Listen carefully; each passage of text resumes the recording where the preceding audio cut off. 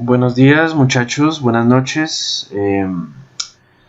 Vamos entonces a continuar nuestro curso de métodos numéricos con el tema de métodos de la falsa posición y el método de punto fijo, ¿sí?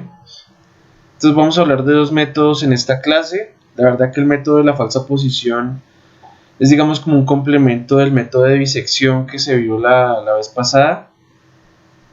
Y principalmente vamos a hablar del método del punto fijo, ¿vale?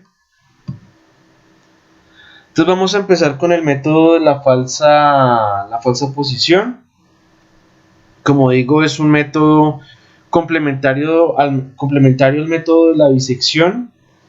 El método de bisección pues es perfectamente válido para determinar raíces, pero su enfoque es un poquito, de pronto puede llegar a ser ineficiente, ¿vale?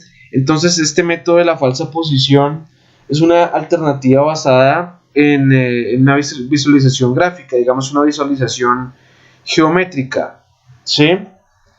Hay que tener en cuenta que un defecto que tenía el método de bisección que vimos la clase pasada es que nosotros cuando dividimos el intervalo XL y XU en mitades iguales, ¿sí? No se toma en consideración la magnitud de FXL y FXU, ¿vale? Y eso puede llegar a ser un problema, ¿sí?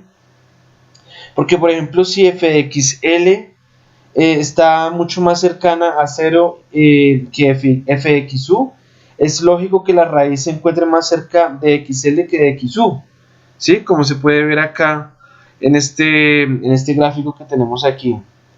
Entonces este método que vamos a ver de la falsa posición es un método alternativo que aprovecha la visualización gráfica de unir FXL con FXU con una línea recta y producir pues dos triángulos, ¿sí?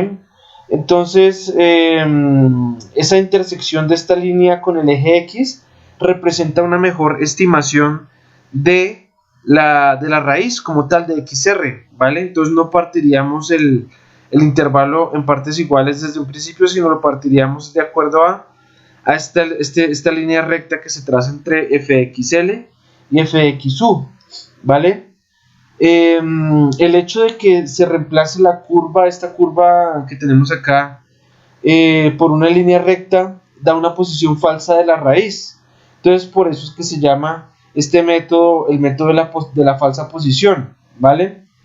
Este método también se conoce como el método de la interpolación lineal. Entonces, si nosotros pensamos en esos triángulos semejantes que van a ocurrir, acá tenemos dos triángulos que deben tener acá el mismo ángulo, ¿sí? Por lo tanto son triángulos semejantes. Entonces nosotros podríamos plantear la siguiente ecuación, que fxl sería sobre este fxl, este cateto opuesto sobre el cateto adyacente, que en este caso sería xr menos xl, ¿sí? Sería igual a fxu sobre XR menos XU, ¿vale? Sería este cateto de acá. Y entonces si nosotros despejamos XR de aquí, nos quedaría que XR es igual a XU menos FXU por XL menos XU sobre FXL menos FXU. Si conocemos todos estos términos, pues podemos tener fácilmente un valor de XR, ¿sí? Entonces con esta fórmula nosotros podríamos llegar a tener entonces XR.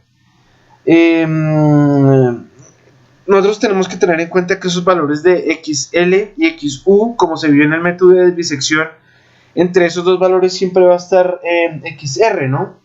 Entonces nosotros podemos utilizar esta ecuación para calcular la raíz en el algoritmo que nosotros vimos en el método de bisección, ¿sí?